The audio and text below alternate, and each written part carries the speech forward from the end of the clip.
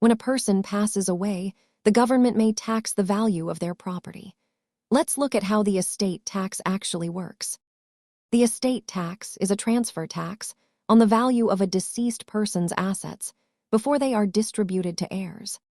Most families never pay this tax because the federal exemption is set very high, protecting the vast majority of American estates.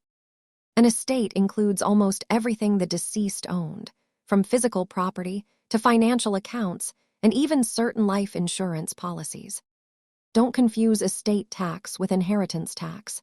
The estate tax is paid by the deceased person's assets, while inheritance tax is paid by the heir.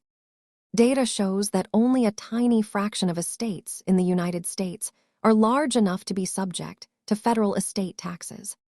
While taxes are important, estate planning is primarily about ensuring your assets go to the right people at the right time. Tax laws change frequently.